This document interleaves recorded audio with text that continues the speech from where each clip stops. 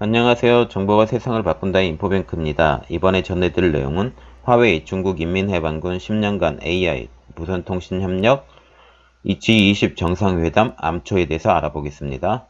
여러분의 구독과 좋아요는 저에게 많은 도움이 되오니 구독과 좋아요 많이 눌러주세요. 오늘의 주제는 화웨이 중국인민해방군 10년간 AI 무선통신협력입니다. 이것이 G20 정상회담의 암초가 됐죠. 배경으로는 화웨이가 중국인민해방군과 공동연구입니다. 블룸버그 통신에 의하면 화웨이 일부 직원들이 지난 10년 동안 중국인민해방군과 무선통신이나 AI 분야에서 최소 10건 이상의 연구 프로젝트에 참여했다 라는 발표입니다. 화웨이 직원은 중국 공산당 중앙군사위원회의 요청으로 온라인 영상들을 추출해 감정을 파악하고 분류하는 작업을 했다. 또한 중국 국방과학기술대학과는 위성통신과 지리학적 좌표들을 수집하고 분석하는 업무에 협력했다. 왜 여기서 국방과학기술대학교를 제가 지목을 했냐면 이 대학교는 엔타이어리스트, 블랙리스트로 올라가 있던 대학교입니다. 이걸 확인해 주시고요. 그리고 화웨이와 중국군은 스마트폰과 네트워크 분야에서 우리가 알고 있는 것보다 더 가까운 관계를 맺고 있음을 보여준다. 이 내용이 그렇다는 거죠. 그래서 중국 학계와 업계 전문가들이 주로 이용하는 전기 간접물과 온라인 연구 데이터베이스에서 논문을 분석한 결과 관련 논문의 저자가 화웨이 임직원이라는 사실을 확인할 수 있었다. 다만 연구 논문들이 화웨이 직원 개인의 연구 참여에 불과한지 화웨이 기업 차원의 참여인지를 확실치 않다라고 블룸버그 통신이 얘기를 했어요. 그런데 화웨이 반응이 나왔죠. 즉각 반발. 화웨이 측은 논문에 대해서 어디까지나 직원들이 개인 자격으로 연구 논문에 발표한 것이고 회사는 모른다. 송류핑 화웨이 최고 법무 책임자는 화웨이는 군 협력 프로젝트를 하지 않는다. 회사는 민간용 통신 시스템과 정보 통신 기술 솔루션만 제공한다. 라고 발표를 했습니다. 자, 그러면 우리가 궁금한 점 하나. 대형 프로젝트를 혼자 해요? 개인이 들어가서?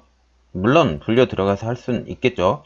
그러나 회사에 그 내용을 전혀 모르고 할 수 있을까요? 그것도 몇 달씩이나 비는 프로젝트인데? 안 됩니다. 절대 안 돼요.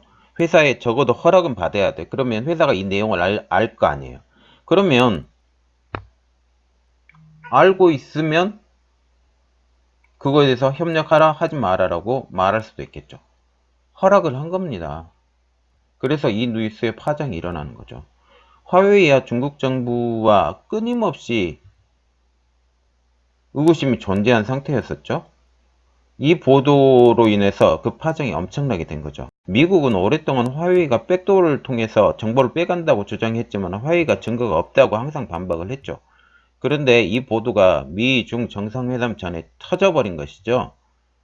현재도 중국에 대한 관세 압박이 계속 이어져 가고 있는데 이어져 가고 있는 상태에서 향후 미국의 공사는 더 심해질 것이다. 이거죠. 그래서 이 뉴스의 의의를 한번 보겠는데요. 중국이 대처를 못하는 곳에서 한 방을 먹은 겁니다. 그 이유는 한번 보세요. 중국의 모든 정부의 고위 관료가 지금 어디가 있어요? 어디가 있냐면 오사카에 가 있습니다. 지금 G20 때문에. G20 때문에 그전에도 그랬지만 시진핑이 러시아에 갔을 때 트럼프가 어떻게 발표했어요? 러시아군이 베네수엘라에서 떠났다라고 말했죠. 그리고 시진핑이 중앙아시아가 있을 때 러시아에서 어떤 발표가 났어요? 푸틴이 나 너희 못 도와주겠다. 뒷짐지고 보고 있겠다. 이렇게 발표했었잖아요. 그런데 또 시진핑이 오사카에 가 있으니까 지금 뭐라고 발표나요? 이 뉴스가 나온 거예요. 뭐 어떻게 대처할 수가 없어요. 그래서 코아피 정상회담이죠. 29일날. 이 내용을 증명하고 대처할 시간이 아예 없습니다. 가장 결정적인 것은 화웨이 런정페이 회장이에요. 화웨이 런정페이 회장이 중국 인민해방군 출신입니다. 또한 영국, 호주, 뉴질랜드, 우리나라 같은 우방국에게 화웨이 장비를 쓰지 말라고 계속 촉구해왔죠.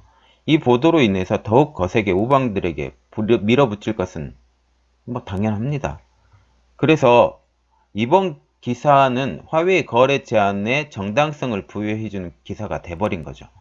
우리나라에서도 화웨이 거래 제한이 아주 강한 견제로 지금 지속적으로 점차적으로 세게 들어오고 있거든요. LGU 플러스는 어떻게 될까요? 그리고 이란하고 중국하고 친해지려는 일본의 경고를 지금 한 방 확 날렸죠. 일본이 지금 뻘짓거리 계속 하고 다니고 있어요. 뭐 1대1로에 대해서 파견단을 보내질 않나. 이란의 최고 지도자를 만나서 설득한다고 갔는데 그 시간에 유조선이 폭발을 당하지 않나. 참 일본도 안타깝습니다. 계속 헛발질하는 일본이에요. 그러면 미중 정상회담은 어떻게 될까요? 26일 날 문우신 장관이 이렇게 말했죠. 미중 무역 합의가 90%가 됐다라고 발표가 났는데 27일 날 블룸버그에서 화웨이 중국군과 10년 협력, 그리고 29일 날 정상회담인데 그 결과는 어떻게 될까요? 여러분들의 상상력에 맡기겠습니다. 쉽지 않아요. 뭐 혹시 마음이 바뀌어서 될지는 모르겠지만 저는 뭐 그렇게 쉽지 않다고 생각합니다. 오늘 내용은 여기까지였고요. 저희 내용이 좋았다면 구독과 좋아요 많이 눌러주세요. 감사합니다.